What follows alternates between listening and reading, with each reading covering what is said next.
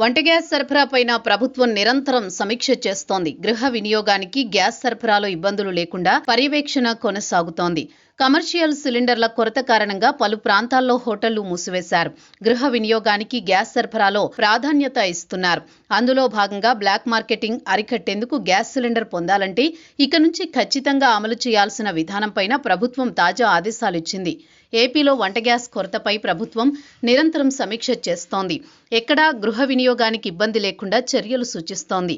అందులో భాగంగా కేంద్ర నిబంధనల ప్రకారం గ్యాస్ బుకింగ్ చేయగానే ఓటీపీ వస్తుందని, 100% ఓటీపీ ఉంటేనే గ్యాస్ సిలిండర్ డెలివరీ చేయాలని సీఎం చంద్రబాబు ఆదేశించారని మంత్రి కేశవ్ వెల్లడించారు.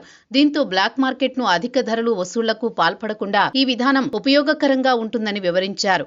గృహ వినియోగానికి సంబంధించిన వంట గ్యాస్పై యుద్ధ ప్రభావం ఏమాత్రం పడకుండా సిలిండర్ల సరఫరాలో అంతరాయం లేకుండా చూడాలని ముఖ్యమంత్రి చంద్రబాబు అధికారులను ఆదేశించారు.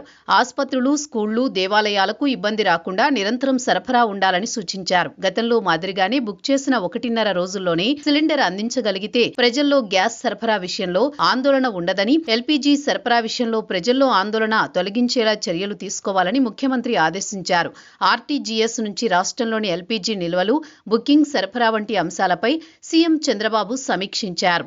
రాష్ట్రంలో ఎల్పీజీ నిల్వలు, సరఫరా వంటి అంశాలపై పౌర సరఫరాల శాఖ ఉన్నతాధికారులు పవర్ పాయింట్ ప్రజెంటేషన్ ఇచ్చారు. ప్రస్తుతం రాష్ట్రంలో 17,209 మెట్రిక్ టన్నుల ఎల్పీజీ స్టాక్ అందుబాటులో ఉందని ఉన్నతాధికారులు వివరించారు.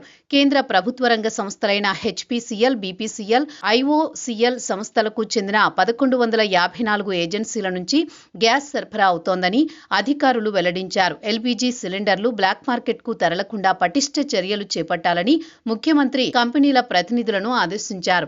ప్రతి వినియోగదారు నుంచి ఓటీపీ తీసుకునే విధానాన్ని అవలంబించడం ద్వారా డొమెస్టిక్ సిలిండర్లు దుర్వినియోగం కాకుండా చూస్తున్నామని అధికారులు చెప్పారు.